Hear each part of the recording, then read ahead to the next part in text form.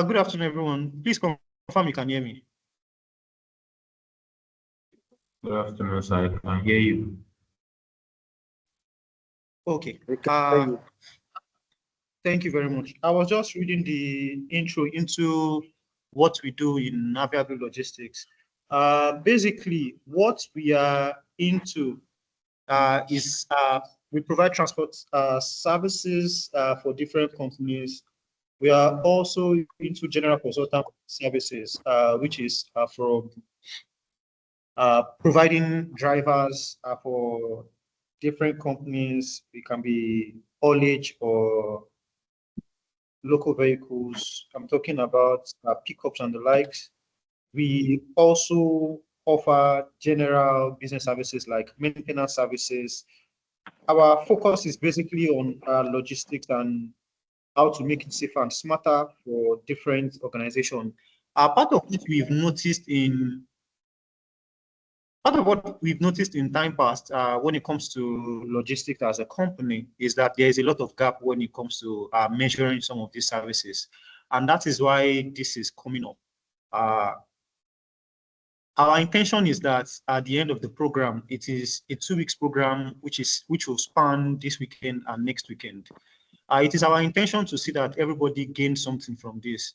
However, if there is still a gap after this, we would not mind creating a one-on-one class for any participant that is interested.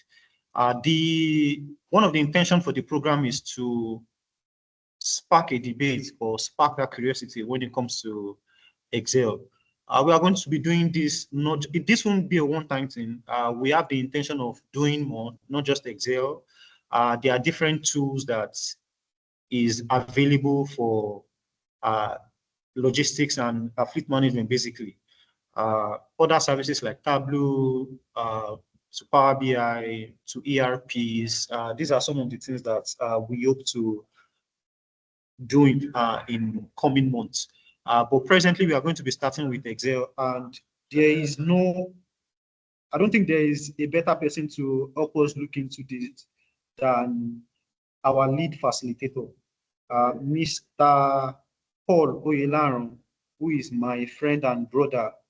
Let me quickly give an intro of who Mr. Paul Oyelaron is. Personally, I've known him for close to, I think, 3 years now, and he has done a lot in this space. Mr. Paul Oyelaron, more than just providing services or teaching people when it comes to Excel, he has also been like a community builder. Presently is a business data analyst with notable experience applying analytical tools and methodologies within logistics and fleet operations. His blend of technical expertise and advanced business training enables him to translate operational data into clear insights that supports efficiency, cost control, and strategic decision making. He has a strong foundation in data analytics, right, and Excel modeling, up to KPI interpretation and dashboard development.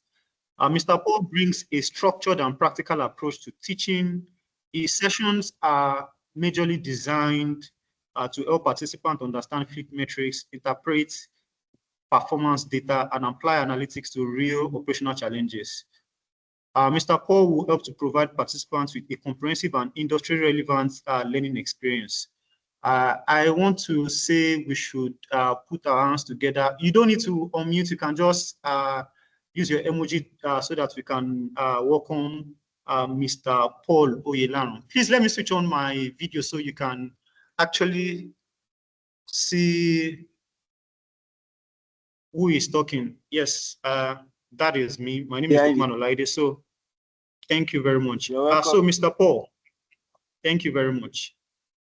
All right. Good afternoon, everyone. Let's confirm if you can hear me. Good afternoon. We can hear you. We can hear you. All right. Good afternoon. I'm glad to be here, and thanks so much, Mr. Olaide, for the introduction. It has been a nice experience working with you, and thanks for making my job easy. We're working together as well. Yeah, I'm glad to be here to to facilitate this section. It's promising to be great, right? I didn't prepare this slide because I wanted the class to be interactive as much as we can, and let's feel free to ask questions, right? If anything is looking like magic or mystery to us, right, let's feel free to raise up our hands or drop the question in the chat box, right? I want us all to make best use of this opportunity. It's free, but you can actually take it as if we paid for it. Most of the knowledge that I've gotten in this tech space has been majorly free, right? But I took it with all seriousness. Even after the class has ended, I'll still do personal learning, do further research on my own, right? So you can actually learn everything you wanted to learn, especially in this current world, at zero net, at zero cost. But if you're just able to put in the work, and that's why Mr. Lide and his team are able to put up this section as well for us. So let's say as a real opportunity to improve ourselves on the job, to improve our reporting skills, improve our operations, right? Like my HOD in TSL always says that what we cannot track, we cannot measure. What anything that you can now measure, that you can know how you can improve better on it. And that's where it comes in. I spent quite some, let me share my screen so that we can see data set to be working with. I spent quite some time in logistics space, right? I've been in B2B. I think I can see one of my friend, Mr. Lasukomi. Yeah, these are my great people who work together when I was in IB. I think I saw Mr. Shakiru too, right? Where people work together when I was in IB. I'm seeing Mr. Wahab too. So Mr. Wahab is a great person that was in TSL as well, right? So and others people that I've crossed paths with or that I'm unable to identify you, I really greet you and I sincerely appreciate the time we spent together, right? So that's just how it has been. We need data in logistics space to optimize the operation so that you can know what is going on. So that you not just be spending money or requesting, but all the costs you are incurring, it does not match in with the revenue, right? And that's where it comes in. You are setting targets. Are you fulfilling the targets? Why you not hitting the targets? What went wrong? It's until when there are data for around this, I can actually know what is wrong. Even might be blaming maybe external factors for something, maybe why we are not meeting targets. But we have, by the time we gather the data that we can gather from the internal source, which is from our own operation within our control, you can actually see that, oh, we even have some leakages, we even have some gaps that I can actually feel that have been beneficial to us, right? So that's what data help us to do. We don't just make data on assumption and let's just do it. Data drives every decision that we are making, right? Instead of we just making decision from past experiences or how it is going or what we feel like. Once we back every decision we are making with data, it helps us a lot. And as we know, logistic business is a slim profit margin. Like before you know now, your costs and your revenue, they're either at break even or your cost is already higher than your revenue. But if you are making some data driven, you can able to track your operations and know what is going on. And that's where this section is coming up. Another thing I will say before moving in is that no matter how little that we are going to share here is not enough. Even if we spend 20 hours, spend a whole year to do training for us, is not enough. The only part that comes in is no matter little that you can get from here, implement it on your own. Even though in your workplace, you are not implementing this, they are not bringing all this in place, right? Be the first person to initiate it. Oh, this is what I'm learning here. Implement it on your own. And that will make me to share one of my experiences that was in Ibadan. We're not using Power BI then. So I was learning Power BI. I will just take our repair and maintenance. I'm sure Mr. Sukomi and Mr. Shakil can be a witness. I'll just take the data from my repair and maintenance. I'll just put it inside Power BI. I will analyze the report. Then every week, I'll just be sharing all the fleet managers on their group. Oh, this is how much you spent this week. This is how much you spent last week. that before you know, the report does be something like generally accepted. What I was just using like practice, right? So in summary, no matter little that we've done here, check your operation. Oh, where can I apply this? Or what can I be doing? That way you won't forget whatever you got in here. But if you just feel like, oh, because we are not using it, I don't want to do it. There's high possibility that you're going to forget. And you know that logistics is a pressure field already. So 1 hour, 2 hours, if you did not practice it, you've already forgotten. Right? So that's just what I would say. Another thing is, let's put our mind. Data with logistics is not hard. As much as I know that we have to pursue driver, pursue technician, pursue department to get you this right, we can actually do it. Let's just manage our time. Let's put mind that I really want to learn this. Data analytics has come to a stage whereby every individual, every professional in logistics space, no matter how big or how small your data must be, you should be able to present it. Even though you have analysts in your department, you have analysts that you are working with, but you on your own, you should be able to say something about your what? About your data. Oh, this operation I'm managing. I'm the fleet manager, I'm the fleet personnel here. What can you say about your operation? So I should be able to have data, even if it is small. Like I even able to show anybody. You need to. And that's why this section is here for us. Basic things that we need to know regarding our logistics and fleet operation. We are going to cover it, right? And I will just urge us, let's practice it in our little. If you have any challenges, let's feel free to reach out, maybe on LinkedIn. You can message me on LinkedIn, you can message me on WhatsApp, even though I'm quite busy, but you can actually leave the message. If anyone I need to jump on a call with anybody, I will definitely do so, right? I might not be able to attend all your questions, but the one I can, I will. And the one that maybe I need to do further research, I will as well, because I don't need to give people high hope that I can solve all your data problem. No. So when you bring it on, we brainstorm, we share ideas, we ask people around, right? So that's it. Let's have an open mind, and it's an edge for us. If you're applying for opportunities and you can say, okay, well, I have data analytics to optimize my operation to do this, I'm data-driven logistic professional. Because people know that average logistics are not even data-driven. They're only just to drive operation. So if you are now blending yours with data, right, you definitely have an advantage. Definitely have an advantage, right? So as much as we proceed in our learning, I will also continue to share um, more tips for us. So briefly, I'll just walk us through interface of Excel, right? So if you are not familiar with Excel, this is an opportunity for us. Somebody is raising up his hand, Mr. Goke. Do you want to say something, Mr. Goke Lawa? Do you want to say something? I think your hand has been up for a few seconds, so I said let me try to confirm. Do you want to say something? Okay, I think maybe that's a mistake. I hope you can all hear me. Can you all hear me? Yes, sir. Okay. Okay, you can We lower your can hear hand, you. Mr. Lawa. All right, thank you. So I will just walk us through briefly through the interface of Excel, basic part that we need to know. The basic part that we need to know in Excel. I'll just walk us through before we now deep dive to the core parts of it, right? This is the data set we'll be using, right? And in case you've not used Excel before, once you install anything called Microsoft Office, once you install Microsoft, it comes with your Excel. Inside this Microsoft Office, we have Word, PowerPoint, Outlook, Calendar. All those applications are already there. So once you install that, you have your Excel. All what you just need to do is that what? Just search for Excel on your system like this. Excel is going to come up like this, right? Then you open it. So once you open your Excel, this is what you are going to see. A new page like this is what it's going to see. So every of your daily activities, you can actually be tracking it on your own.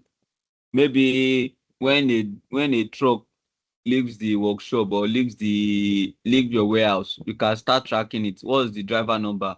You can start keeping them here, right? This place is where you can rename the sheet. Let's say, for example, this one is trip log, right? So we have a survey there. We call it trip log. So every time a vehicle leaves the warehouse, right, we capture it. So let's say, for example, this is our trip, right? So which means that every data you are going to be capturing here is going to be for your trip, right? You can create more sheets by clicking here. This place, let's say maybe this place is repair. You can create this place repair, right? So in other details that we have in here, I will still show us through as well. You know, every details relating to repair now. Date that the repair happened, location that the vehicle broke down, why, what's the fourth category, right? I'm sure we all know the suspension issue, braking system, electrical system, right? You put it there, plate number of that truck, right? Maybe driver name if you need it, driver complaint, right? You can put status so that you can know when that truck is leaving, when that truck has not left. Then you can put maybe the date that that truck left the workshop, right? So that why is this place key is that you can calculate the date that that truck entered the workshop and when that truck left. Why is this part critical for us to? That will still walk us through, but I just need to explain in case we are not familiar with all these things at all, right? We can start keeping this record on our own. That's what I'm actually transfers to go so low to this extent. Reason why being that if a truck from on the 1 to on the 10 means that that truck spent 9 days. You cannot check the issue that they are fixing that truck for. Does it worth 9 days? No, it does not worth 9. They cannot try to probe maybe your workshop or your technician. Why is that this truck spent 9 days? They can tell you there is no spare parts. Why is there no spare part? They say procurement did not buy. You can engage procurement manager. Why we have sales target? Because the reason why most of us might not be meeting our target might not even be from us. But because we are not checking this data, we allow our manager, the management to be blaming us. Whereas it's this thing, because your truck that should have gone out to bring revenue for you has been idle for many days, right? So you can say, why is it not so? Why is it? Then you meet finance, right? You ask with your HOD, oh, this is why, this is. Then they can fast track and say that no truck should be spent more than 48 hours in the workshop, except for critical issues. With this, you'll be able to achieve your time. But if you are not tracking where your vehicle entered the workshop and where your vehicle left the workshop, you won't be able to know that it's actually workshop that is actually delaying. You won't even know maybe it's procurement that is even affecting your spare parts, or maybe finance is not even giving approval, or maybe it's the vendor that is not supplying. Then you can advise that they get on that vendor or work with more than 2 vendors. If one is not responding within certain day in your purchase order also, or LPO they call it, you can shift it to another person to get. By that, you're able to meet your target. But if you are not tracking some of all these things, you won't be able to know. You can track up to your 4th categories. Oh, why are we having brake system on a week? We have 5 last week. We have 6. Is it that technician not fixing it very well? Or is it because of the road? Or is it because of the spare part? These are when you start tracking. You can know, you can even know which particular business unit is common. Maybe due to their nature of operation. You can know. So when they ask you, why your vehicle breaking now? Why your vehicle breaking now? You will have something to say. Oh, maybe this is the road terrain, maybe driver handling due to this, due to that. You're able to say something, right? So this way, this is how you can do it, right? We have a place here whereby you can save. You know, this is a new file now. I've typed all these things that I want to be capturing the data for my vehicles on daily basis now. You can start, you can save it, right? You can save your work here. You can save it on your system. You see where you can save, right? Then you can choose the folder where you wanted to where you wanted to save it, right? That's that part, right? If you have saved the file and you want to work on it, let's say maybe you work on the file today, then you want to continue tomorrow, you can come to open.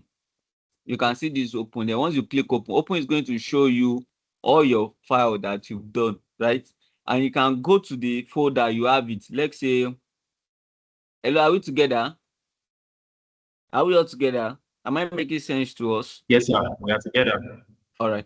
So let's say, for example, you Yes. save it inside a folder now. Let's say, for example, this is my folder that I saved my work. I can easily come inside this folder now. Just double click it. Bam. It will open your Excel for you. So with that, that's the basic thing that we need to know, how to save documents and all. Yeah, you can rename, you can add sheets, right? Excel have up to 1 million, I think 104,000 rows or 104 something. Let's see. Yeah, Excel has 1, 2, 3, 1 million rows. So you can keep on capturing every day. It will not fill up, right? So this is its part here. So next thing that I feel we need to know before we move on is we have cuts and copies. So let's say, for example, you manage different business units. Let's say, for example, you are the fleet manager in charge of company A, which is your third party that you are working with, you're also in charge of company B. So this same thing now that you want to work, you want to replicate it for them too. Let's assume that this sheet I open now is for company A. Now I want to do for company B. Instead of you going to that company B to start typing, you can actually copy this here, right? Copy it. Let's assume that this is the new sheet for that one. You can paste that one here. This copy. So copy, what copy does is that it's not going to take away, it's not going to remove from where you are bringing it. It's going to duplicate it. It will exist in both places. But the other way around is the what? Is the cut. Cut will move that work for me. Just like you are relocating, you are staying in number 5 Ajanle Koko, but now you are now moving. You know that you are going to move on your house. That's exactly what cut is. Then you have paste. Both of them, whatever you cut, whatever you copy, you can paste them. You can see the control on them. So I use Control S, Control C rather, Control C, then I use Control V, which is this paste. So in case you've not mastered that formula, you can see it here. Let me try it and see now cut. So once you see perform a action, you see this sign hovering over your, should I say your self value now? Also means that it's ready for action. If you go to where you want to paste it, maybe I want to paste it, then I'll click it, then I'll paste it. Can you see it has moved from here? This is cut. If it is copy now, this is copy now. Then I say, okay, paste it here. Then I click. Can you see now? That's the difference between copy and what? And paste. Are we together? Are we getting something?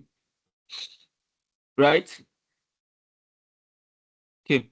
So we have something here to call format painter. What is the work of this format painter? This format painter is to make our work, our formatting very, very easy.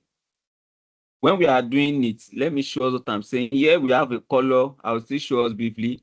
This way I'm doing this is for anybody that is not familiar with Excel before, so that we all be on the same page. So the class can be free and simple for us, all right? So we have this here. Then I want this color here to be on this one too. So what I just going to do is what I'm just going to click this format painter. Come here and paste. I just do like this. You can see automatically it's going to have that color, right? So that's just it that we just need to know. So this one, what does this one does that instead of me trying to be doing all those formatting and because I've done it for one, I can just duplicate whatever that I formatted and paint it here. Let me show you what I'm saying. Let's for example, you can see this one. I've increased the font to be 28. Where this one is what 14. So if I want to copy all these entire format that I've done this, I just need this like this, then rub it on this one. Can you see? Painter has applied it. This is how format painter. So here is where you can change your font, right? You can change the style of your work, right? Bold. If you are dealing with an header, let's say for example now, you are capturing repair something, right? This is like an header, repair portal or something. I don't know what we can call it wherever we are working. So you need it to be bold. You click bold here, right? Which I'm sure some of us should be able to do some of this, but I will still take my time to do it. Then we have something here. This one is italics, just to make it slight, like we're doing nearest a meaning during the days in schools, right? So that's what that part is all about. So underline, if you want to underline it, maybe you do total, right? Maybe the money is 56,000. You want to underline it, so you can use this one here to underline it, right? So we have something here called border. So border is just like when you serial number, where you have a template, right? Serial number, let's say like a date. Let me use this date that I've done here. So let me use this date that I've done here. Right. So let's say for example, I've done this there. I want to be capturing my data inside. I will need to come here and put my all border. So my work can be neatly captured. So now that you want to capture location for this one, you are going to mistakenly capturing it here. So this border helps you to see your work on a straight line. Right. Your work is well arranged and is well structured. Are we getting me, everybody? Yes, sir. Yes, Hello. Okay, if any part is not clear, please let me know. Let me know. So here is the color. I'm sure you've seen now I've done the yellow here. So I don't want to take much time so that You can cover good here. So here is where you can change the font color. So if your company is maybe white and blue, so you can try to be working with the company color, right? So that your company should not be green, then you'll be using yellow. Though it depends, but if any color you are okay with. But if you want to work with your company color, you can actually work with it that way. Right. So paint it color yellow here. Then you can come here. If you are not seeing any color that you like, you can see it here. Then can come anywhere you are seeing small arrow beside your exam means that there is more. If you click what you can see here, that is the color that is going to apply. Just like I'm having this border here, but see small arrow here shows that there are many things. You can change the color of that border itself. A lot of things can be done, right? Which time will not permit me to be showing us, but we can play around it on our own. These are various styles that you can do. See this one now. It's giving it thick outside border. So like this template now, I can apply something like this there that you can see now the border outside here now is not thick, right? So if I'm doing something, let's say for example, I'm capturing the data for fuel, I'm capturing a data for transit breakdown, right? I can decide to demarcate them. So in case I'm just trying to share us practical side of how it's being done, so that I'm just trying as much as possible to be practical with us, right? So I can use this to demarcate it, right? Then I can give this place maybe color yellow, then give this place another color. So with this place now, if you are seeing my data now, you know that these two now they are separate, right? These are the style that you can, because you can have your data batch in different places. Maybe one is for trips, maybe one is for that one, right? With this demarcation now, it will be clear to anyone that any data here now is fuel, anyone here is transit, right? Are we all good? Any questions so far? You are right, sir. Oh, all right. Thank you. So here is where you can increase the font. Like I said, not all of us can. Not all of us can. Not all of us can see something that are tiny. So ensure that you are looking. You can increase your font here, right? And always tell people, always build from your manager perspective. If your manager say this yellow is not good, change it. Change it. You are not the one using the reports. I get what I'm saying, because you are your manager say, oh, can you change this color? Change it. It's your manager that wanted to use it. Change it.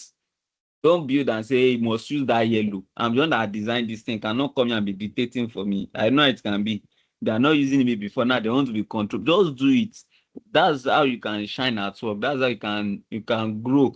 I always tell people as well that any innovation you bring to your workplace, you are not helping the organization. You are helping yourself 90% more, because when you leave the organization to a higher place, those things go with you. Those are what you are going to use to sell yourself elsewhere.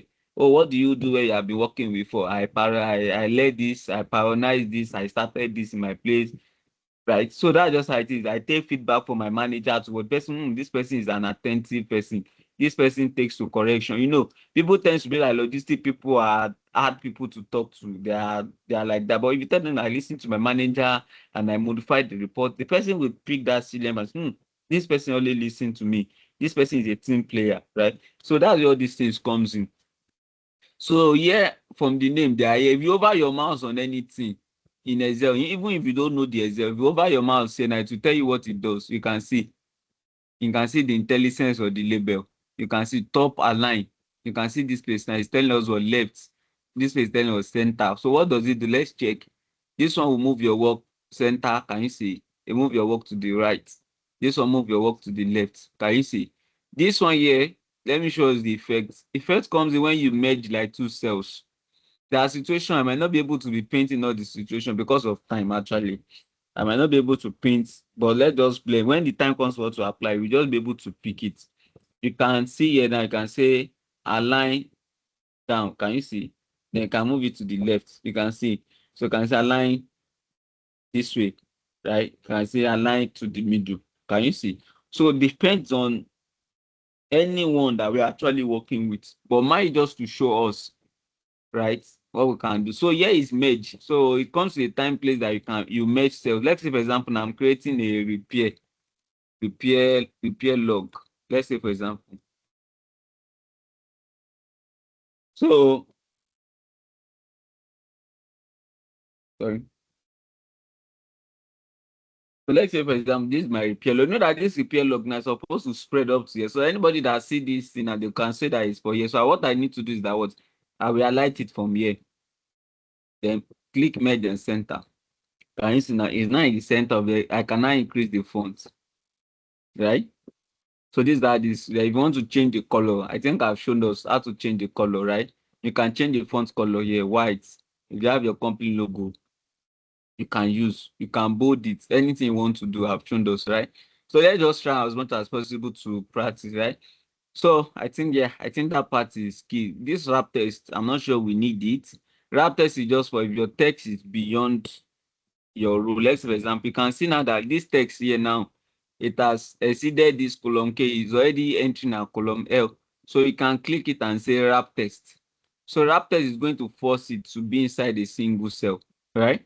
That's what it does. But if you know that you can expand, you can actually expand by coming here, right? You can do that or double click here.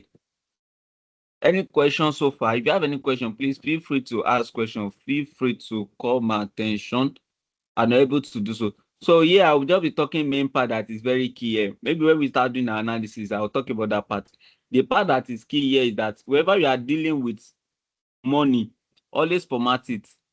So if I'm putting something like 5,000 here now or 500 now, this 500 now means many things.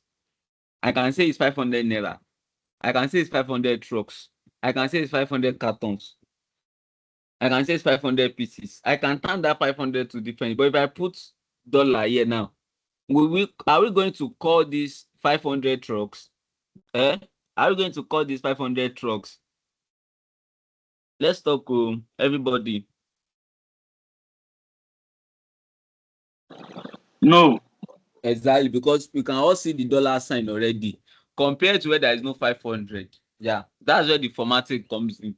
So wherever you are preparing your report, if something is 10,000 naira, show it that it is in money. Don't just leave 10,000 naira there like this and say it's 10,000. No, except maybe at the top, or maybe if you are working at the top, you cannot put maybe amount, right? Maybe you cannot do maybe amount. And so anybody seeing it now know that okay, the money you are talking about is in naira. But if not, you can actually put naira. And how do you put your naira? You come here. What did I tell us about this small drop down arrow? Who can tell me what did I call it? What did I call it for us? For being to have the more, there are more. More Yeah, options. exactly, more options. So I'm going to click it. You can see now. They are going to go to more because I'm looking for naira sign and not yet. So I'm going to click for what? More accounting format. And when I go to my accounting format, I can just go to currency. Either currency or accounting, they are the same thing. Just that, okay.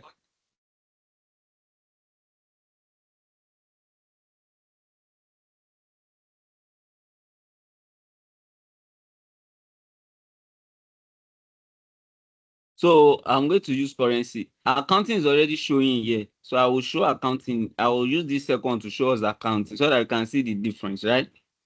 So because when we know how and why, we know when to use them. I don't want us to cram Excel. So I'll be looking for naira.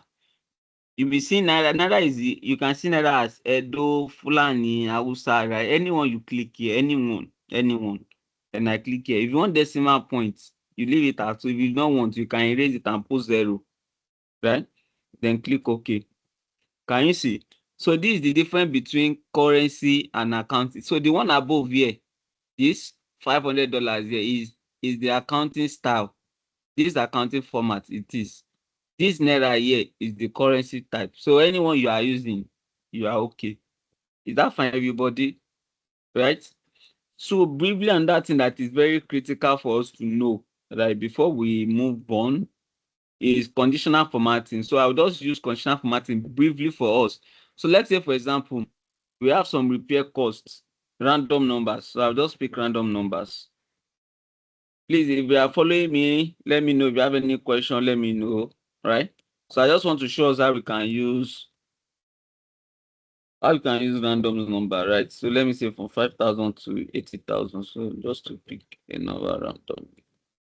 So I just want to pick a number randomly. So yeah, so just random now. So let's say, for example, these are our repair costs. All right, these are our repair costs.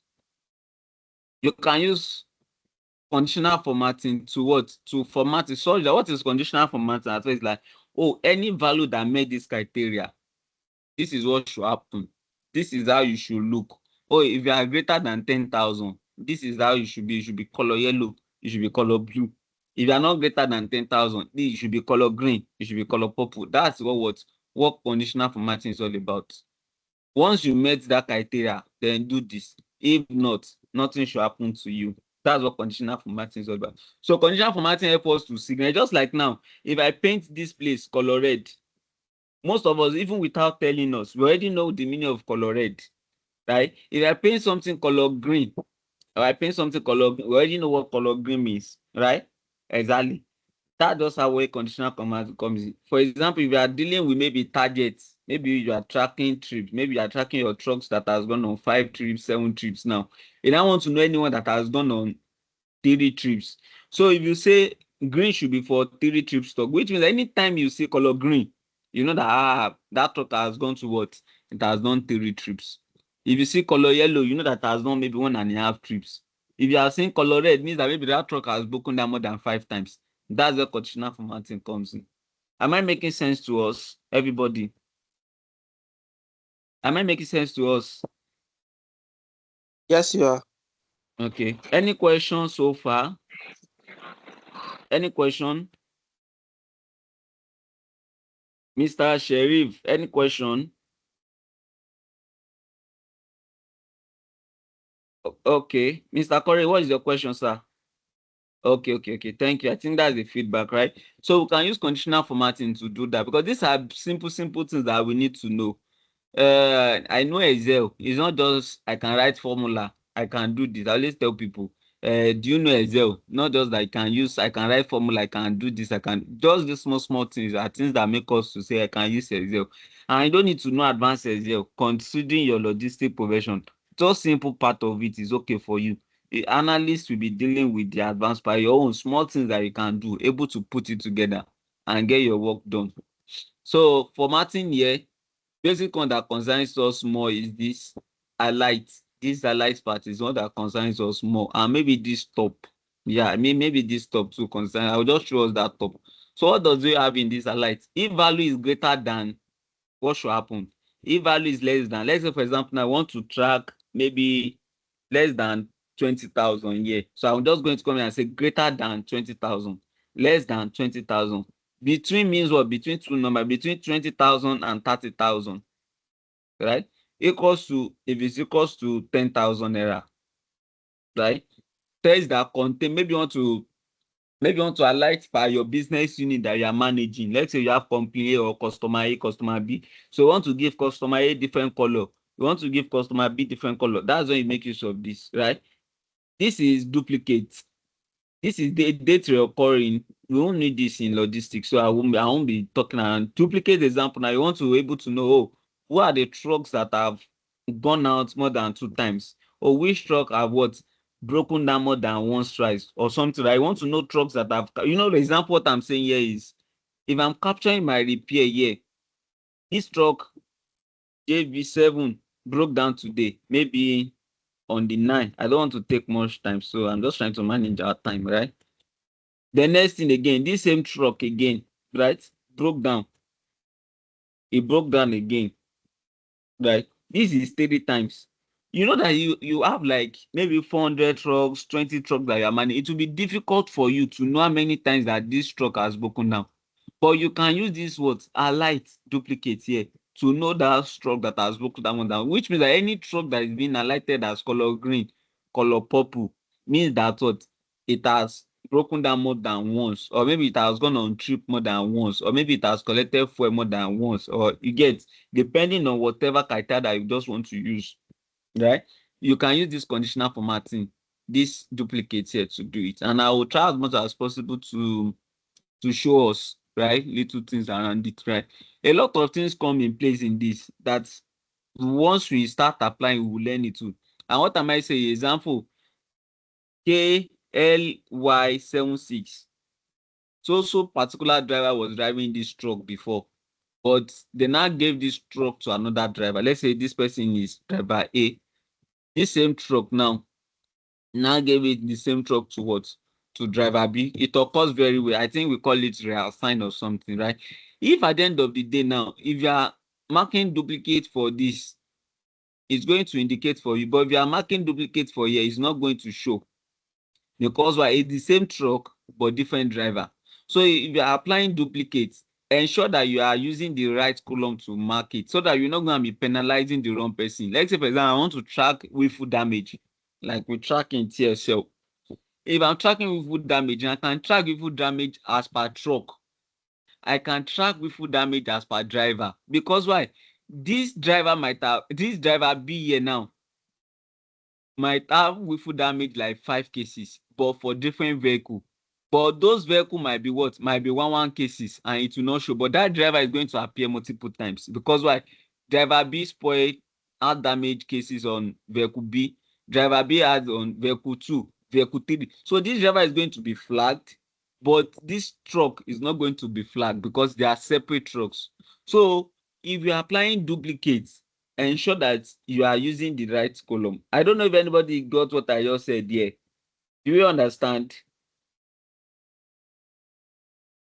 Yes, I will understand. Yes, sir. Okay. All right. So let's just practice the conditional form and then we'll move on to yeah. So this one here, let's for example, I want to say for value greater than 20,000. So this is my 20,000. Just type it there. You can see that it's automatically giving a color red. You can come here, it's going to give a color green. You can see now those that made the criteria.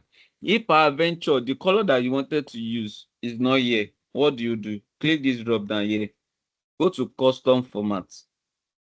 You can see custom format here. Then go to fill.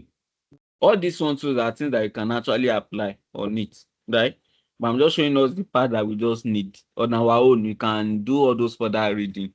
Right? Maybe you want it to be color this. Let's say I need more color. Maybe I want it to be color this color, right? I'm clicking OK, right? That's the color I picked. Maybe I want the font color too. I can change the color. I want the color to be color this, right? This color that I'm selecting now is not in that face. I'm the one that is formatting this to my taste. Then I click OK. You can see now it's color that is not picking. Can you see? So this same thing goes on for less than, between, equals to, and up, right? We can learn it. This conditional formatting was what I use for vehicle documents. If you always track vehicle documents, now maybe you want to know a vehicle that has expired, it should be color red. You want to know a vehicle that is 30 days to expiration, you can use it. I want to know vehicle that is greater than 30 days, right? You can, let's just do it so that I'll not talk abstract, so that we can all learn. 30 days from now, let's say December 25, right? So let me say December 25, 12/25, because I know some of us might be dealing with vehicle documents, so I don't want to just assume that we know it, right? So let's say 1/1/2025, right? 1/1/2025, which means January, which means this particular vehicle document now it has expired. This one now it has not expired, right? Then let's say next week, today is what? Today is 23 now. Let's say 13 November, right? 11/13/2025. Let's say 13 November, right? These are the 3 documents that are maybe roadworthiness or so. I'm just trying to share this with us so that we can implement. So in case you want to know, oh, how can I be tracking my vehicle documents too? You can apply something like this. So I'm going to highlight it. First thing first, if you want to do anything in conditional format, is that what? Highlight it, what you want to do, or you select it. If it's only this one that you want to do, select it. But if you have more, you highlight. And how do you highlight is that you double click, but you not take your hand off the second time, right? See now, pam pam, but I did not take my hand off. So the second one was one I used to drag it down, right? So I'm going to come here now. I want to show us how to track it. I'll say greater than, if it's greater than today, right? Greater than today. So I'm going to put today formula here. Today formula in Excel will just extract today's date for us, right? Greater than today, right? Then I'll say it should be color green. Can you see now? Greater than today is already color green. Can you see? It's already color. This one is not color. Who can tell us why this one is not color green? Who can tell us? Who can tell us? Because it has expired. How do you know that it has expired? Not greater than today. Eh? I can't hear you. The think date is because not greater than today. Exactly. Grade is not greater than today. I'm here looking at it too. It's January and we're already in November. So it's already less than today. So that's why it's not being printed. So now let's continue. So that's for greater than today, for expired one, right? We now want to know those that we expire within now and 30 days, right? Within now and 30 days. So I'm going to come here and say is equals to today, right? That I'll say today's plus 30 days. Today will just get us today's date. You know that is automation that we are doing. So as dates goes by, it will keep on changing. And say today plus 30 days. So if you are trying to do schedule maintenance, this is what you do too. If you achieve your maintenance today now, maybe I want to calculate next 30 days that this truck is going to come for maintenance. What date should it be? You can use something like this to calculate those days ahead, right? You can use it to calculate those days ahead. So when you see color yellow, you know that that truck now is already due for what? For maintenance. You can inform the driver, or maybe you personally will know, then can tell that truck to come around for what? For preventive maintenance, right? So I can say yellow, it should be yellow, right? Then click OK. Can you see now? This one, this time around now is not here because why? It's 7 days. Today is 23. The other date is what? Next week is 30 days. So which means that 7 days is still within 23. Do we get it? Right? So let's do for expired now. Then for expired, it will be less than today, right? If it's less than today, it should be automatically red, right? Then I can say less than today. Can you see now? Then I click OK. Can you see? So if I change this one, I say 2026, let's see what will happen. Can you see? I change to color green. If I change this one now, and I say 11:30, or I change it to 3, automatically become red. So this is the way that you can apply your conditional formatting. You are tracking this same style that I use, and I can use to track your driver license, vehicle. You can use it for your preventive maintenance. So you want to know vehicles that are due in the next 30 days, vehicles that are already due. So you can do it, right? Yeah, I think to the best of my knowledge, I think this part that we need. So let me just show sort and filter. All these part are, they are not too key, but let me let me still show us. Let me see our time. Okay, 4 o'clock. So once I'm done, let me just do us something small. So what we'll do, what this place does here is that in case you are capturing a vehicle, right, but you mistakenly omitted, let's say for example, let me just ignore 1, 3, 4. So you notice that you miss number words, you miss 2, and you want to do 2, and you notice that my data is really much every year, and you don't want to change, you don't want to cut and paste anyhow, but you need number 2 to come in between. What do you need to do? Just so you can highlight it, right? You can just highlight it like this, then come here, then do insert, then can do what? Shift right, shift down, shift entire row, entire row. But all you need is what? Shift down. Just do shift down. Can you see? Then can put in your number 2. It does not affect anything that you've been doing before, right? So that's that part. So the other part here is sort and filter. I'm going to be using the main data set to explain the sort and filter. So when you talk about sort and filter, just to arrange things in descending order, ascending order, which is what?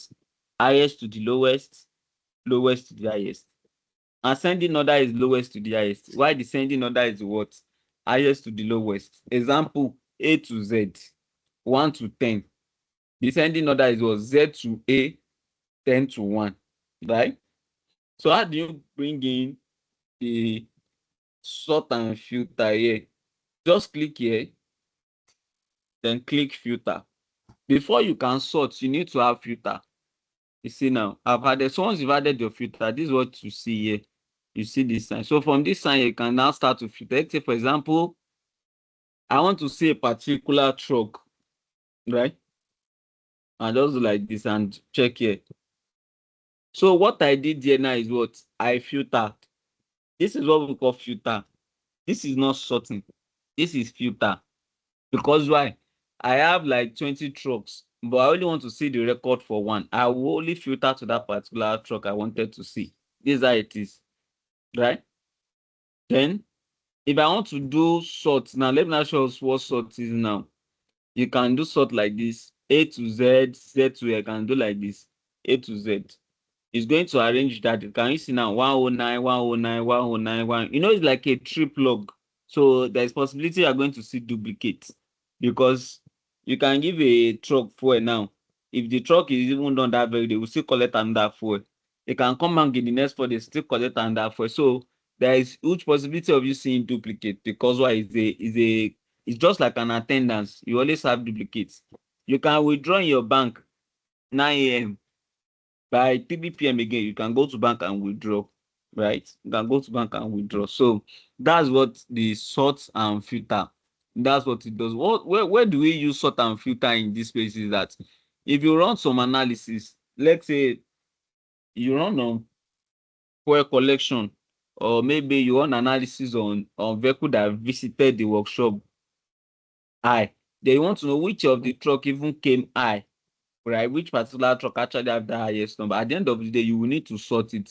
So if you are seeing 10, then you can easily now trace it down to, oh, which particular truck is that truck, right? That's just what it means. Everybody, what I've done so far is, are we all clear? Before we move on to the practical side of it, I just try to walk us through some parts in as well. Are we all good? Any questions so far before we take a step further now? I feel the introduction I've given us, I think Yes, we are clear about it, but the conditional formatting is a little bit tricky. It's okay. So let me go back. So it's not actually difficult. So I'm having 3 dates. Let me remove the conditional formatting and do it afresh. Okay, Mr. Jacob, you want to say something? Let me clear the rules. Right. So Mr. Jacob wants to say something. Let me hear you. Let me hear you, everybody. Sorry, Mike. Yeah. Yeah, good afternoon. I don't know if you can hear me. I can hear you loud and clear, sir. Okay, mine is a question that I want to ask to you. I don't know. Can I go What? ahead? Okay, I said I want to ask a question too. Okay, yes, please ask so that we can treat them together. Okay, thank you very much. So my question is, if I sort out this thing, I filter data on Excel, and I also have some merge cells in the filter data. Is there a way I can then copy a range of cells, including the merge cells? So if you merge cell, so there is a way around merge cell. So maybe I should show us, though, because I don't want to go deep, right? It's not every time you merge cell. Let's say, for example, now, this place now, I merge the cell. I can actually do this. What you can see, I can actually achieve this without merging cell, right? And let me show. Let's say, for example, I merge it now, but I want this thing to be in the middle, right? How do I do it without merging cell? I can highlight it here, right? Come to this place, do the drop down here, right? You can see center cross selection, right? Then I can click OK. I didn't mesh cell here, and I still achieve my. Can you see each box stands on its own? Can you see? And this is still in the middle, right? So why am I showing you this is that because I think that mesh cell comes when you merge cell to even filter mesh cell is even difficult, right? I think. it's even difficult to sometimes to do for base cells. So if you can adopt this approach so that you are not going to mess cell, so that your copy and paste will be seamless, right? You can do it. But let's try and see. Let me go back to what we have earlier before, which is this mesh cell. If you try to copy all this cell, let's for example, this is what we filtered. I'll try to copy it at the end of the day. I think we should not have any issue. Yeah, I think we should not have any issue. Then I paste it here. Yeah, we don't have any issue still. So I think whatever you've made, you are copying and pasting, you should not have any issue then. Is it fine, Mr. Jacob? Yeah, thank you. Thank you. Fine. So I think we should not have issue with merge. Yeah.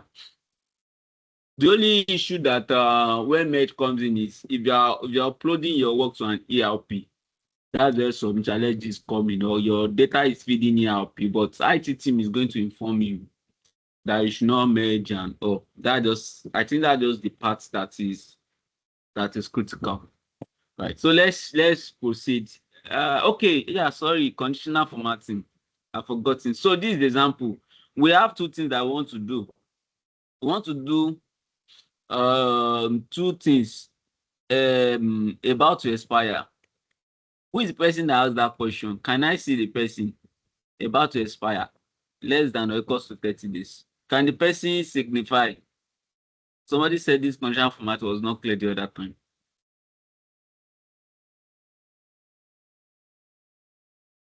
Who is the person? Oh, nobody. Should I skip it? Somebody said this conditional format was not clear to him the other time. Yes, I was the one that So I'm calling you. It's because of you we are doing this. So I need your attention. So this is the first criteria. We are about to expire less than 30 days. Right before your procurement will get approval from finance. Before finance will give procurement money. Before procurement will give the vendor. Right, because I know most companies now source this particular area in logistics operation. Right. So let's say within 30 days it should be ready. So that is for about to expire. The next one, if it has expired, it will be less than today's date. Right. Here, say for example, today is 23 now, and a document is going to expire on the 22nd, which means automatically this document has expired. Why? Because it's already less than today. That is why I'm saying less than today. Yeah. Okay. But if it has not expired, if it is greater than 30 days, right, which is today plus 30 days, means that document have not expired. Plus 30 days, like not expire. Am I clear? Is this scenario that I've painted, is it clear to us? Is it clear to the person that asked question particularly? So now what I've done here now, is what I want to format. I want to put conditional formatting now to meet it. Right? I've drafted what I wanted to do. Now I want to put it inside conditional formatting now. And that's what I'm doing here. So I can highlight here, right? Then come to this, can I move this? Mr. Jeremiah, we are trying to admit you. So I'm going to come here. First one, anyone you do is fine, right? Greater than. I'm going to come and do greater than. I will say greater than today plus 30 days. Initially when I did it, I not even do maybe greater than 30 days or something, because I was just showing us them. I can say today plus 30 days. Then it should be color green. Right? Can you see color green? Then click OK. This way is greater than 30 days. That's why it's showing us color green. If you calculate the numbers of days here, and there is a formula for that too, right? Though it's because that's the question. Gradually we'll be getting the sharp. End dates can be, let's say, these dates, right? Comma, then our start dates. Our start date is today. I think I've told us today that today we extract today's dates, right? You can see now this is 33 days. And the condition that we said is what? 2 days plus 33 plus 30 days. So which means that this is why it is color what? Color green. It's greater than today plus 30 days. That's why this is color green, right? For today function to be clear to us, we have something called is equals to today so that we can see it. We have this. Can you see? 1122.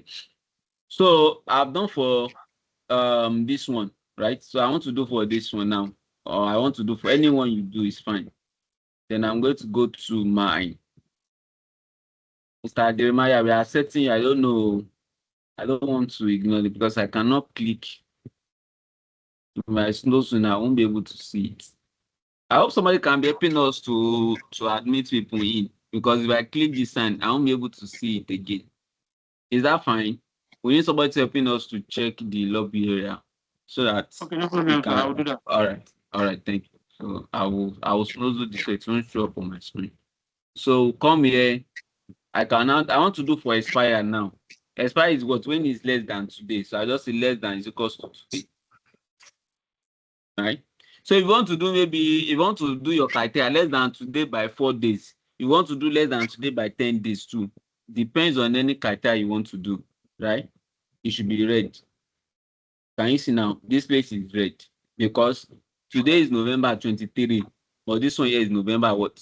November 3. So it has expired. I hope the person that asked this question, I hope you are following me now, right? Yes, I'm following.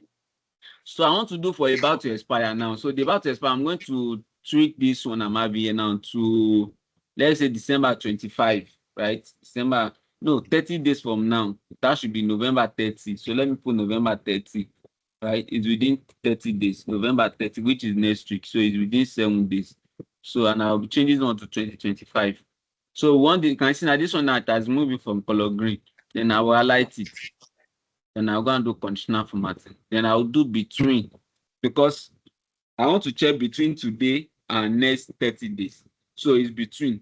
I'm not doing less than or greater than this time. So I'm going to say if it's equals to today, then today plus 30 days equals to today plus 30. Right? What color should it be? Then I can say color yellow. And I click OK. That's why it's now giving me color yellow here. So if you change it now to color 2026, it will change to color green. So if you reach tomorrow, it will keep on counting like that because we tied it to today's function. So anytime you just want to come and filter now, let me put filter here so that we can see. Let me just put dates here. That's why I showed us filter the other time. You can now filter to, I want to see my document that have expired. You can come here and filter to color. Can you see now? It show you color.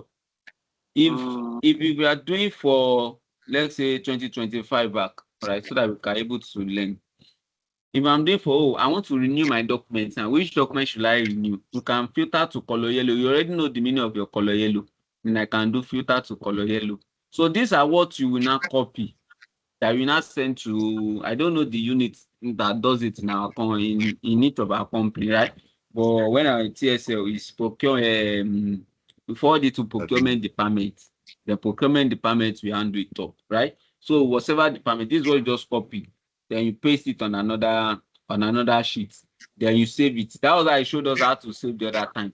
Then you can now save it and say, and this is the document that are going to expire in October, which is 30 days from now. So, which means that they should start the processing, right? Then you can keep on following up. Am I clear? Any question? Yes. Okay. Thank you for asking. Okay. So let's move on to the data sets. Who can tell us, may looking at these data sets, who can tell what is the data set about? Who can tell us what's the data set about?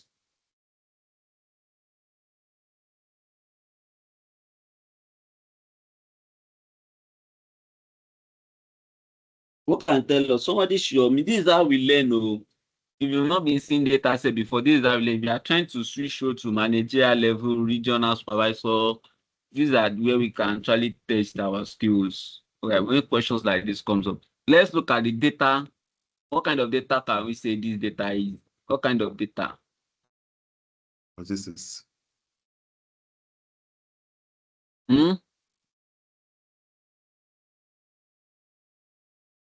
Nobody, we are 30 on the call. Nobody can tell us that this is what this data is all about.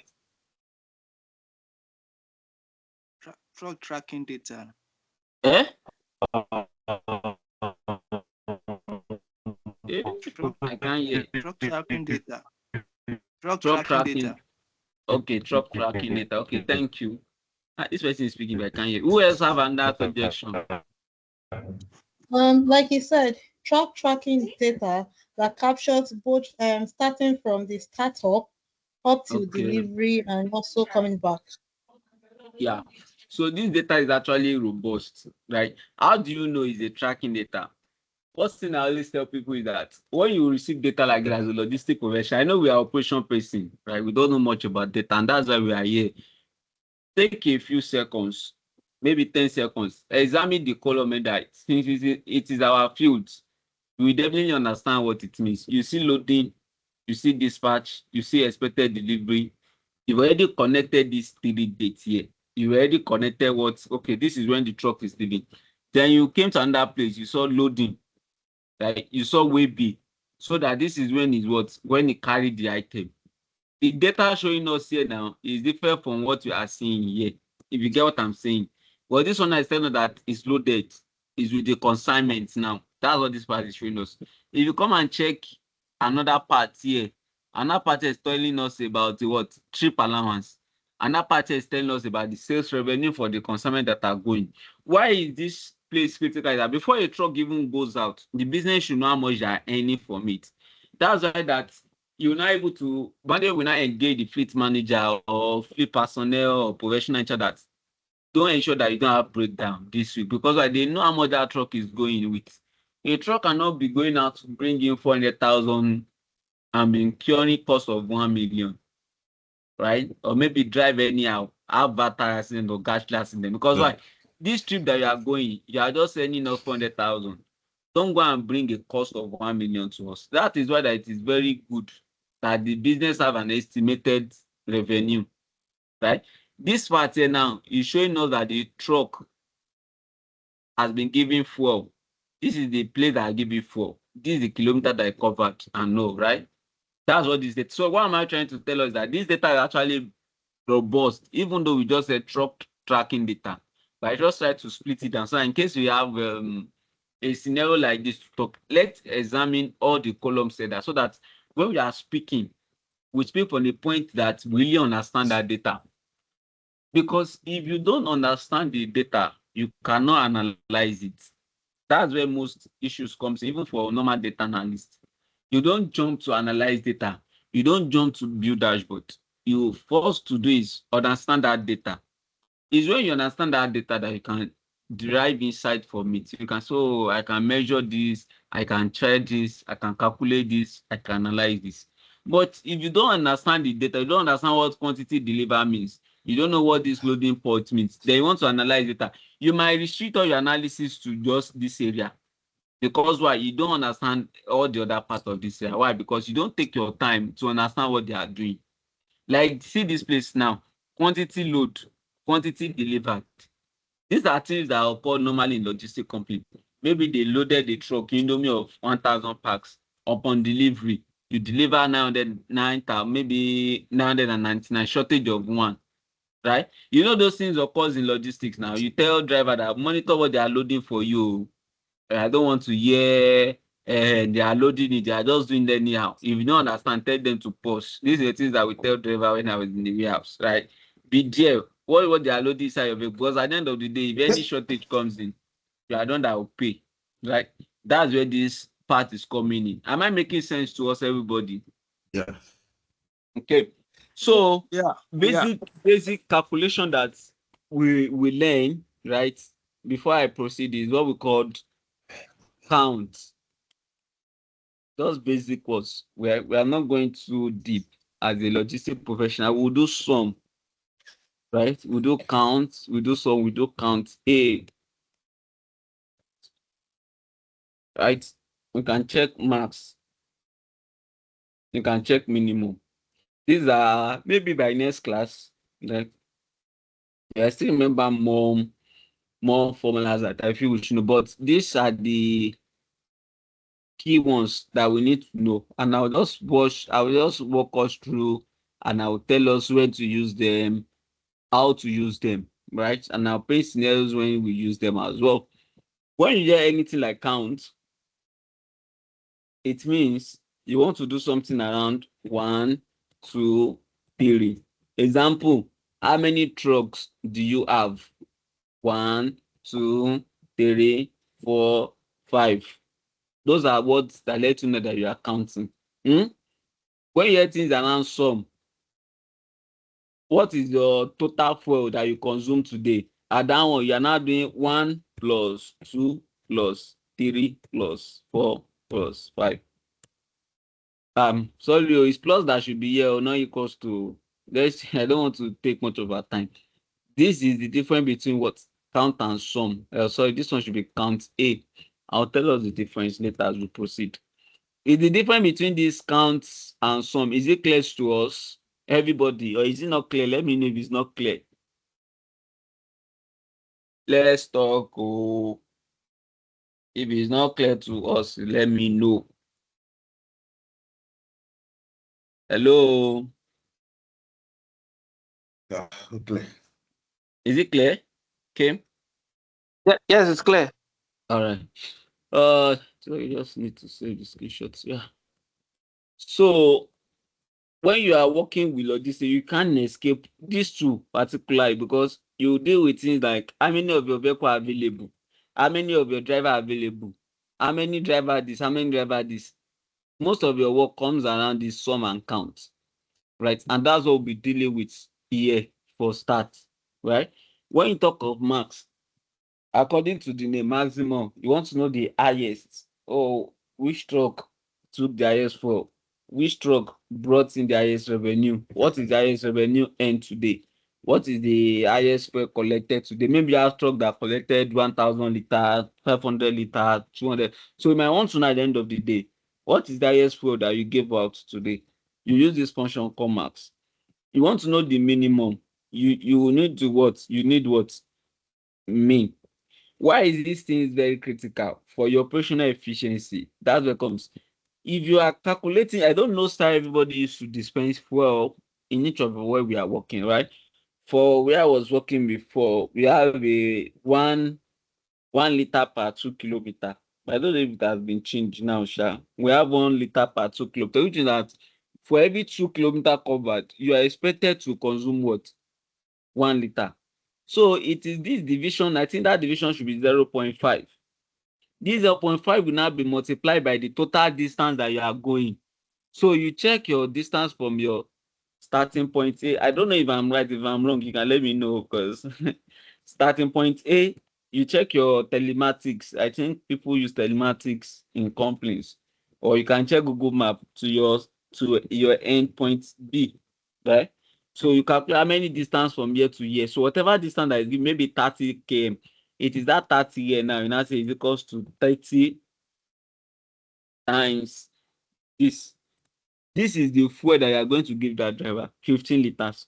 But you know that driver will always tell you that I need base fuel, I need chemical, I need this. You can now have maybe 3 liters or so. I don't know business, but I'm just trying to explain where all these things come in place in logistics, right?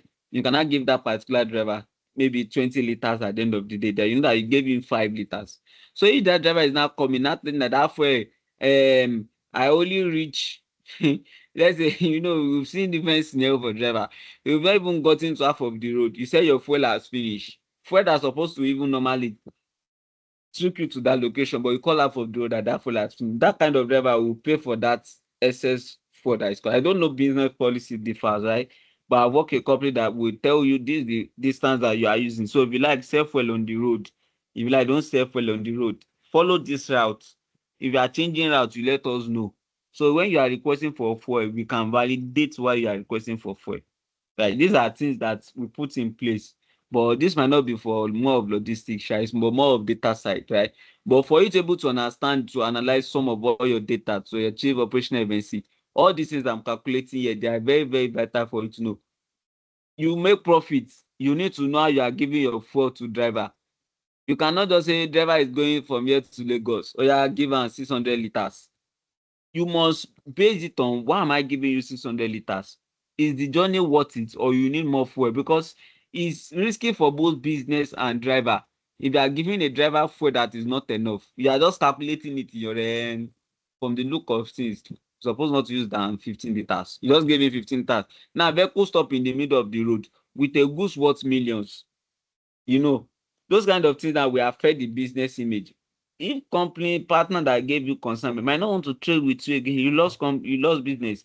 And also, if you are giving driver where you should have given the driver 10 liters, you go ahead because you are not data driven. You gave him 50 liters. Your driver just came back and gone back. He not tell you that, boss, I still have fuel inside my trucks. We all know how driver does, right? He just go again. He said he's going to sell the 40 liters, put money for pocket. At the end of the day, you just be telling me that you're not making money from logistic business because why, you are not tracking some parts that needs to be tracked.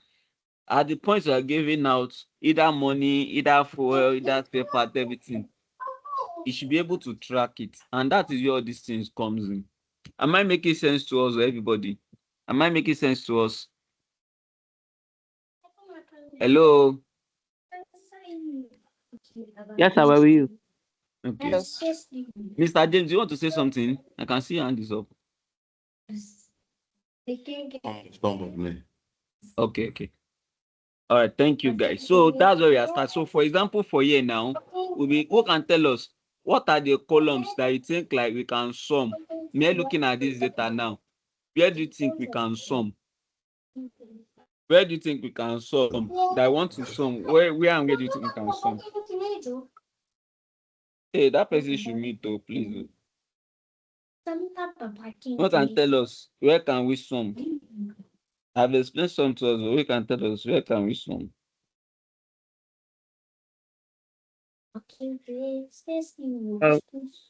We can sum column N as Okay, quantity. what?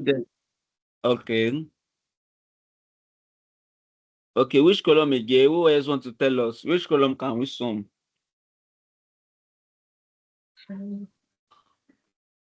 Oh.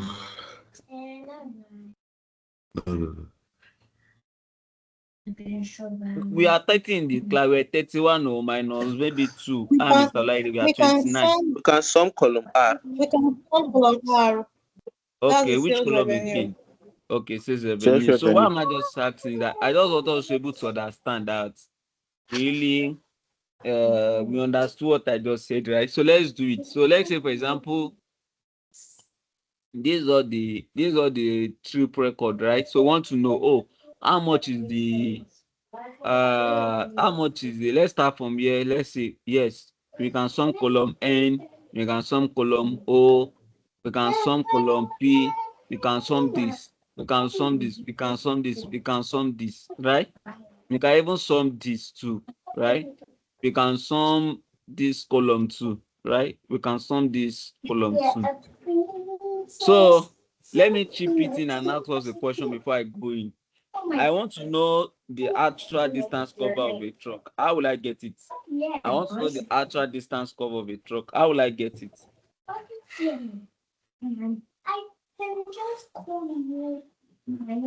So is it using this data or what? No, just generally at work. How do you get actual distance cover for your vehicles? So you have to calculate your startup mileage and then the end mileage. Exactly. Then you subtract, then you get the Exactly. distance covered. Right? So that's exactly what I just wanted to hear. So let's say, for example, I want to check quantity loaded, right? I want to know the sum of quantity loaded. Quantity loaded. I want to know the quantity loaded, right? Quantity loaded. So when you want to write formula in Excel, first thing first you need to know is what? Equals to. Don't forget this part. You cannot write a function or formula in Excel without this equals to. You cannot. So equals to, then you type your sum, SUM. So as you are typing it, Excel will be giving you the list of all the formulas that contain this SU. You can see now S substitute, subtotal, sum if, sum SQ, different sum. But the one I wanted is here. Press your sum, then can press tab or double tap on this sum like this. The next thing you need to do is what? Is asking you for number, which means that you are telling Excel that you want to sum. Let's see. Can you see what Excel is telling us? Add all numbers in a what? In a range of cell. How many of us can see that? We can see it. So that's what it means. It means I want to add. Let's say, for example, I want to add value here. This is my number one. If you have more number that you want to add, you put comma. I want to add value here. If you have more number that you want to add, you put comma, you click it. If you are done, you will not put comma again. Then you just press enter. It's 0 here because there is no value. If I start putting value here now, 6. I start putting value now, 7. I start putting value now, right? This is just basic of how sum works.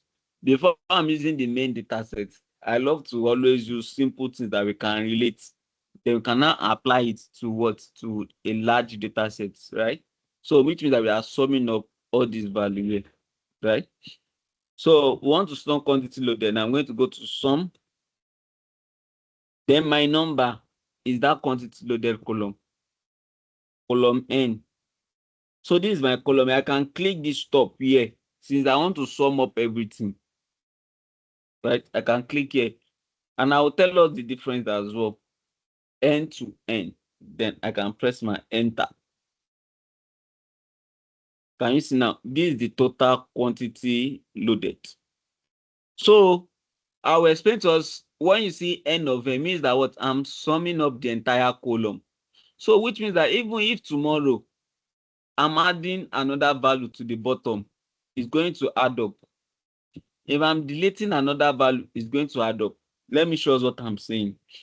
Let's say, for example, I'm having 89 here now, and I say is equals to sum. Then I click A of H here. Can you see now? I'm having what? 168, which is the sum of all this. If tomorrow your another truck went another trip, you are going to capture the quantity loaded, let's say 90. Can you see this place gets automatically added? That is because of what? I selected the entire column. It's different from when I do is equals to sum and I selected only this part here. Then I press my enter. But tomorrow another truck went, then I put 76. You can see this one gets added, but this one does not get added because why? The range that I specified for this one is just from what? From 5 to 9. Am I clear, everybody? Am I clear to us? Yes, you're clear. Yes. So I think I missed one part when I was explaining to us. This is where we mean column AD, which I'm sure we all know. Though when I say column in Excel, this is what we mean. When I say row, this is what we mean. So anywhere we are seeing number in your Excel is row. Anywhere you are seeing column is your what? Anywhere you are seeing column is your what? Is your column. Anywhere you are seeing AD, column A, column D is this. So when you are seeing your column and row, now form your cell value reference, or let me call it cell reference or cell value. For this 6 to sit here now is the combination of row 5 and your column AH. So that's why you notice that if you are performing calculation in Excel, you always refer to what? The A5, A2. That is why. Your cell here now is on column AH, row 5. So if you are performing any calculation, I say is equals to, let me just say is equals to this. What do you see? AH and 5, which means what? Column AH, row what? Row 5. So if you want it to be on this 76, now what do you say? You now say row 10. Can I erase this? So I can say A5 to AH10. Can you see now? That is the combination, right? If you say this one now, AF row 5 is going to give us another value. AF row 5. Let's say 5. Can you see now? Am I clear to us, everybody? Is it clear to us? Right? Yes. Are we really learning something? Yes. We're Okay. learning. Okay. So that's what this part means, because I think I skipped. Is a mistake though, and I mistakenly skipped that row and column. So when you are on screen now, maybe you don't understand, but I'm telling you that click column A2, click column A5. Don't go and be telling me you cannot see A5. Oh. You are looking for A5, you can't see A5. That's what I'm showing also. So note that A5 means column A, which is you can see here, then row 5, which you can see here. Right? So this is the total quantity loaded. What else do you think we need to do here is that we need to format it by using, Abiu can tell us, is this 2 billion or 279,000 or 279 billion? Who can tell us what it is? Is it billion? Is it million? Is it thousand? Is it hundred? Who can tell us? Million. Billion. Billion or million? Billion. Million. So you say it took us a few seconds to get that. Now, if I added my common separator, can you say that it's not billion? Can you say? So you can see what I'm saying about we as a data logistic professional, we surely surmount out. Even me, I was even thinking it's billion, millions. We are looking at the number, but you see the number now. It's just 279,000. It's not even up to million. Just because that value was not formatted, just because that value was something like this, me looking at it, say, no. This value is billion. It's not even million. But by the time we now start, by the time we now formatted it, now we not even notice that what? I mean, is this billion? Is this million? Is million. It's million. Oh, it's It's million. million. 9 million, Okay, 133,000. 200. Okay, yeah, that's it. Yeah, so sorry, right? But just what I'm trying to point out was that when we do our work like this, it save us time to even our stakeholder that will be using our report to able to know that this is billion, this is million. Unlike if you have it in something like this that we had before, right? Something like it might be making us to think, is it 279,000? Or we try to be start counting it 1, 2, 3, comma 1, 2, 3, comma. You know they taught us in school now 1, 2, 3. They go, it's million. That's why this place is there for us to assist us, right? This is how you can sum it. So I'm sure we understand why I'm summing up N of N now. So if I add any value on the last row now, this place is going to get updated. So which means that as a logistic professional, if you have a monthly report or like your trip log, something like this, your list capture now, then you want to be measuring how much that you spent so far. This is where you can use this because you always have vehicle going on trips every time, and you always want this something like this. Trips achieve, right? Fuel consume, right? Fuel consume. What else can it even be? Allowance, maybe driver allowance. We give driver allowance, right? Maybe you are doing for month of February, you can create a summary here that can be telling you how many trips you've done for this month. You can create something like this so you can tell how much liter of fuel that you've consumed. You can do a fuel here that can give you how much allowance have you need a driver. So let's say, for example, now a truck consume total fuel that you've consumed for so far is 1,500 liters. How can I get the cost of this fuel? How can I get the cost of this fuel? This 1,500 liters. How can I get the fuel cost of it? Who can tell us?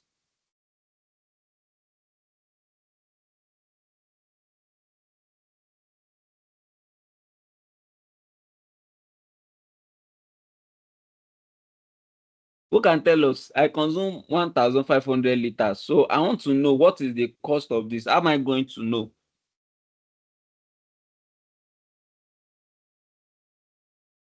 Good evening, sir. Yes, good evening. Yeah, so based on the earlier explanation you gave using the previous company he works for, that would be dividing it by the by 0.5, which is the total number of liters they're expected to consume per kilometer. Okay, let me take opinion from another people. Who else wants to try? So we've consumed 1,500 liters. So I want to know the cost. Who can tell us the cost?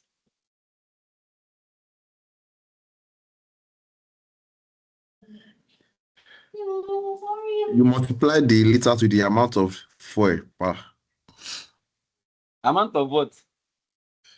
the amount, the fuel, the price, the fuel price. Exactly. That's That's cost what I per wanted liter. to get. Exactly. Cost per 1,000. liter. That's just it. So one thing I wanted to add is that as a logistic professional, if you are integrating data analytics to your operation, you don't need to, we don't need to be brilliant. You don't need to be second class upper. We don't need to be first class. We don't need BSc. We don't need to have MBA. Integrating tech like this data analytics to operation is just logical reasoning. It's just what? It's just logical reasoning. Oh, we've consumed 1,500 liters. Okay, what is the cost of this total data? Just multiply by each of those liter costs, then you get your total cost. If I take this thing further and ask us that if our total liter consumed now is 1,500 liters, right? If I want to calculate average liter consumed, like who can tell us how do we get it? On an average, if the total we've consumed is this, on an average per liter, how much do we consume? Who can tell us? What is our average fuel consumption? Who can tell us? How do we get our average liter consumed? I'm just trying to instill in us how to be thinking like a data-driven logistic professional. So you just divide it by the number of trucks that you fuel for this 1,500 liters. Exactly. That's just how it is. So once you know the average liter you've consumed, you can now check, am I within range? Am I not within range? Is this my budget? Is this not my budget? Right? Because all these things is very key. When you notice your vehicle is breaking down, maybe due to carburetor, maybe oil filter, I've forgotten some of all these parts that are related to fueling system or fuel system in trucks, right? You're able to check, seems like I'm not fueling my vehicle very well. Like, let's say, for example, a truck, I think is it 20 base fuel? I can't remember, we always give our fuel, 20-liter base fuel. Then if for normal truck, you always give them. If per your average now that they are consuming, you are not seeing 18 liters, show that you are short giving this your truck fuel now, because fuel you are giving them, they even plus their base liter now, it should be higher. Let's say, for example, you are seeing something around 25 liters, right? You can say, okay, it's still okay, because if on an average you are consuming 25, that means that average out of this fuel maybe it's 20 liters. But somewhere what I'm saying is that these are the little attention that we can pay attention to manage our logistic operation, to avoid vehicle breakdown, and we are managing the little resources we have to meet our targets. These are things that can put in place, right? These are things we can put in place. Let's continue, right? So I hope somebody by next week are able to ask us that what have you done with the little you've done in class. So I look forward to hearing a positive response from us before then, right? So this quantity loaded, let's say want to check for allowance, trip allowance, we give driver money. If you don't want your driver to steal, at least let's say average driver not to steal, you need to give them their fuel money, their trip allowance, right? So want to know how much have you given driver so far now? It says equals to sum, then you find that column, right? You find that column, this column here. They can now do the X here. So this place now, this amount that we have here, I can just put in dollars. I don't want to go to Naira sign. I've shown us that one earlier. So as we are uploading this sheet now, this place will be what? Will be updated every day. So a data-driven analysis, and when you are presenting your reports now, you can present confidently. Total allowance we spent for our driver this week is this, total quantity loaded is this, total this is this. Not that you are waiting for an analyst to come and give small ones that you can do on your own. You can able to derive it, right? This is where the sum comes in. I'm just demonstrating only for two, right? We can do the rest on our own. And we have something here called quantity loaded versus quantity delivered. You can create a column. I think I didn't show us that part. You can insert a column. Let's say, for example, now I want to do this calculation. I want to check for the variance, quantity loaded and quantity delivered. So I want it to be within here. All right. I can create a column. I can clear and come insert sheet, insert column, right? Insert column sheet. Like you can see now it's inserting a column. The data is really huge. So I can call here quantity variance, right? I can say QTY variance. I'm sure we all know the meaning of variance now. So you are checking, just like if you work in inventory too. I work in inventory before. We have something we call GNI, right? Is it GNI we call it? Return inward and return outward, right? You sent an item for me from your warehouse to my warehouse. I'm going to check your WB. I'm going to check your return inward or return outward, they call it. I've forgotten those now. We'll check how much do you say is inside that truck? 1,000. How much did we personally receive? 900. I can put it on your own that there is a variance of what? So that you're not going to be telling me in future that you send 1,000 to me, but me, I'm telling you already, I only receive 900, right? So if I want to check for those variants, I can say is equals to, you click this cell minus this cell. There are some you are seeing 0. Who can tell us why are we seeing 0? So let me try to test out why are we seeing 0 when we do the minus. Because there are no variance. Quantity There are no loaded is variance. equal So to the quantity delivered. exactly. So No now value, let's no value filter. yet. No value. So let's filter now. Let's filter now. Let's say all these negatives that this are where they do not align. You can even filter to number. You can see I can say less than 0, right? Less than 0 will give me those from negative, right? So I can say less than 0. I'll just put 0 here and click OK. It's going to filter now. So these are those that can you see this one? Quantity loaded is 10,995. But later deliver what? 11,000. Can you see now? These are some of the things that comes in where there are issues. So you can, for business customer sake, you can call those suppliers depending on the nature of your business. And if you are in oil and gas, some of these issues occur a lot. That the driver is supposed to deliver 10,000 is delivering 8,000. Those issues occur a lot. But this data is just for us to practice. It's not real. Right? It's not possible for you to load 11,000 cartons or something. You'll be delivering 20,000, right?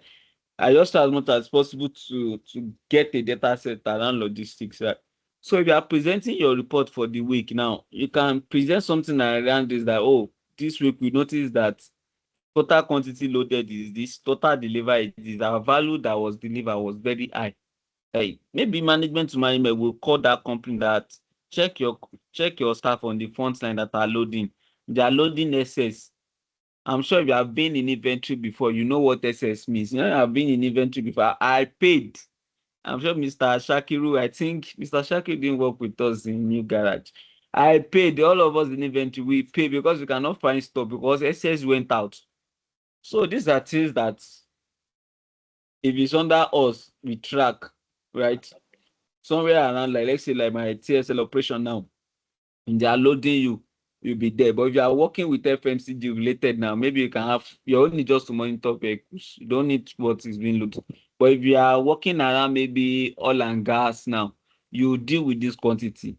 Right, but B2B e-commerce is another unit that deal with quantity. You're only just to manage driver and give them trucks.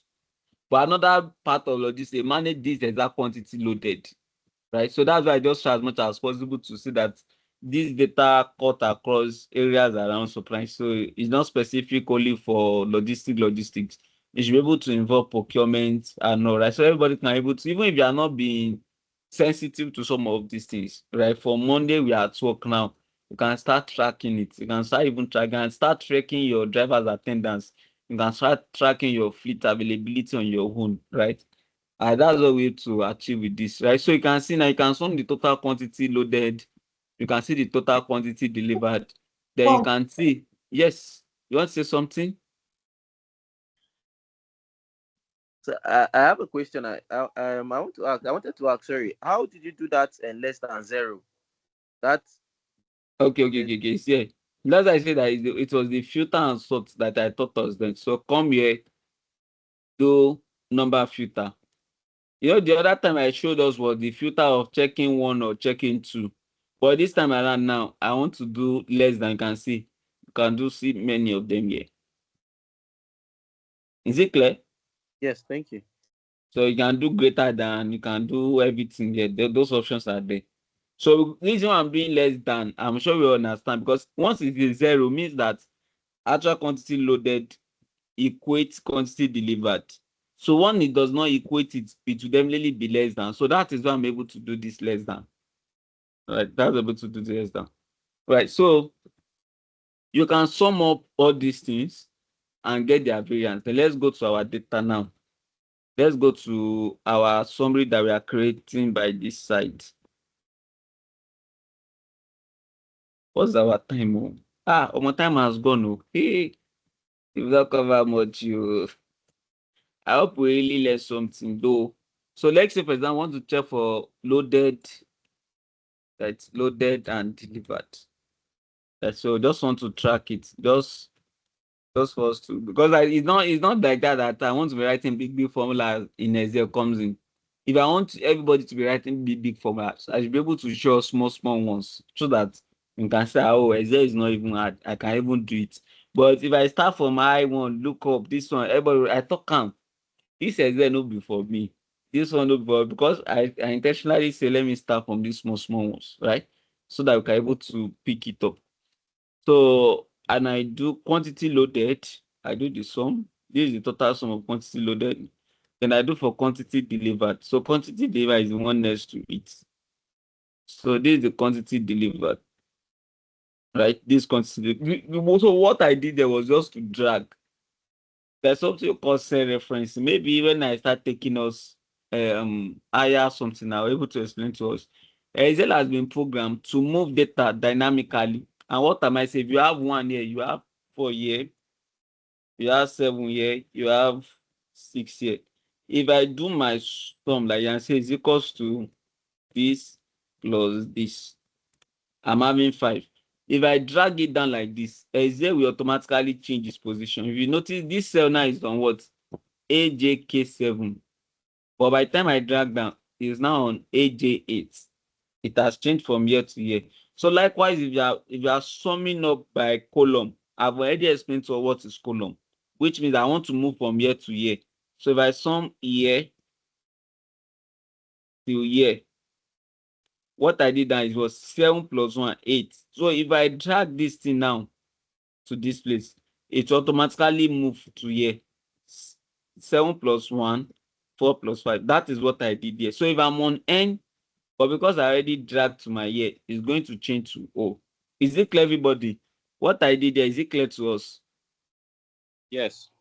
Okay, so that's Yes, what very I clear. want. Okay, great. So yeah, now I want to calculate my variance now, right? I can say variance, right? So I can say it's equals to quantity loaded minus quantity here. So you can see now we have a difference of 69,813. That is, which means that they deliver more. That company that send this goods, want to get gbese just a practice, right? So these are things that we need to be checking on our own. So which means that you will bill a goods of 292 loaded, but you are delivering 2792, which means you have delivered more.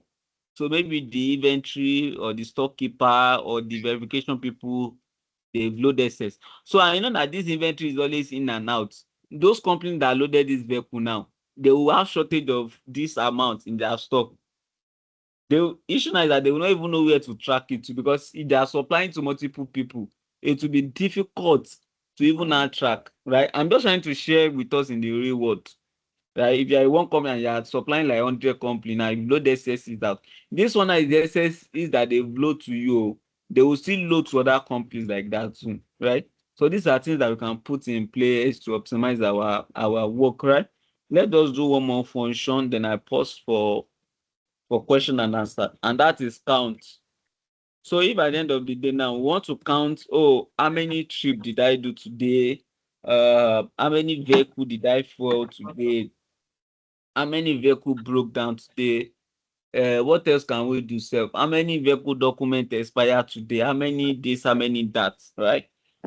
That deals with what count. What is the difference between these two is that this other one, we call it count A. This count A has the capability of what? Counting both numbers, both alphabets, both signs, both symbols, special character, and all. This count A can count it. But this other count here can only count number 0 to 1 million, 0, 9. That is only this one can count. Something like this place now, you can count it, it will go. But something like hiding energy here now, this count, let me move it away. This count will not count it because here is an alphabet, but this only counts numbers, right? But this count A here can count anything. So anyone that comes in handy for you, and also for you to know the meaning, like for you to also know the meaning. That's what it does here. This one counts only numbers. Let me put it in front. Only numbers. And this one counts all. Let me just use all. And let's test it. And after this, we call it a day. So let's say, for example, we want to know how many trips or how many logs do we have, right? I can count maybe the truck number. If you want to count column, ensure that you are counting a column that is valid, right? There are some columns that trip might occur, but there might not be value for them. Example now, maybe driver allowance. Where is the column? So this driver allowance. A driver can go on a trip and not give him allowance. Why? Because maybe you've given him double before. So if you're counting trip allowance now, but total number of your trips, you'll be getting wrong value. You know, maybe a driver is supposed to collect 10,000, but you mistakenly send 20,000 to that driver. You know, you can't tell that driver to refund, right? Because you know that he will still go on that trip subsequently. So you can just say me like, you should hold it. So if it's going on another one now, this particular column here will be empty. So if you are not counting how many trips you've done, if you are counting this column now, you are going to get wrong value. So when you want to count a valid column. You cannot count issuing station now, for example, because like a driver might not collect fuel. Maybe he has already collected fuel that will last him for a week. Like we did when I was in Ibadan. You can give driver fuel for 2 days, 3 days. So if you want to count trip now, you cannot come and count issuing station because he's not collecting fuel. So you can count something around vehicle number. You can count maybe loading date, right? Because whatever means that they've loaded you can count it as part of our trip. From our own side, what I'm just saying is, let's say that we should know a column to count when we are counting our values, when we are doing our analysis. So I want to know the number of trips that have been done. I can say is equal.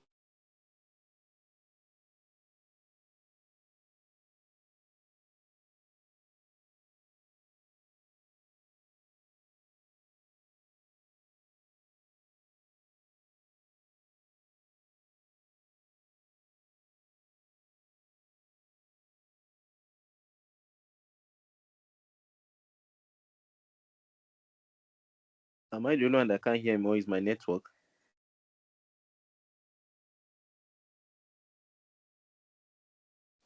Let's move on.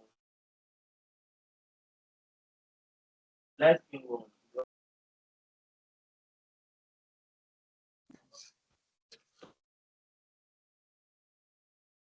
I think Mr. Paul is off.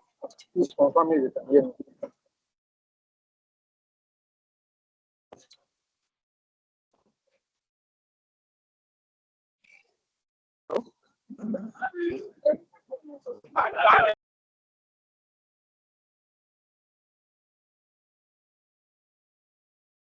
Okay, thank you everyone. Thank you, Mr. Paul, for that wonderful session.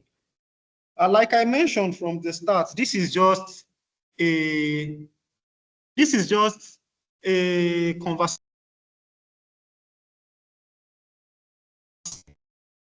Please confirm, can you hear me? Yes, sir, we can. Yes, like Yeah, I said, we are going to be having more of this. This is just a conversation starter. This will continue again tomorrow, exactly 3 p.m. We could have covered more, but we noticed some participants came in late. So please, let's endeavor to join early tomorrow, 3 o'clock, same time, 3 p.m. That's West African time.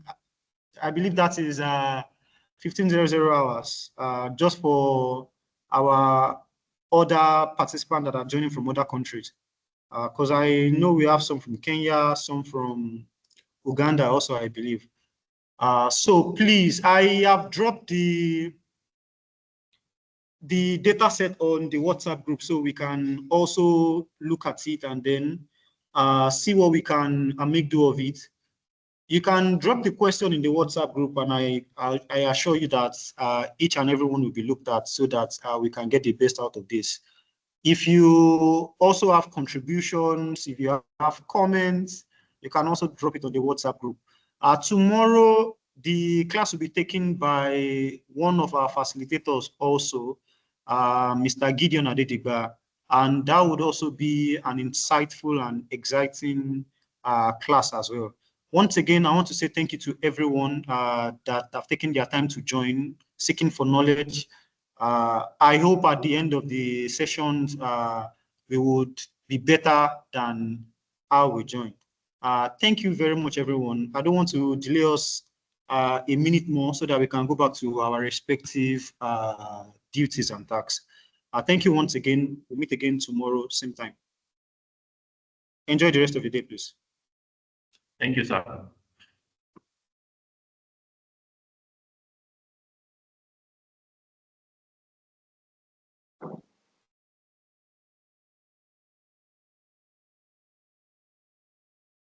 I go admit you. Class will not finish. You talk admit. I will admit you. You're welcome. Eh?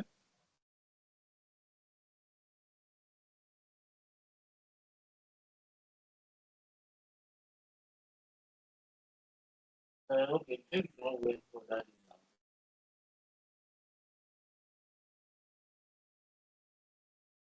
Welcome. Welcome.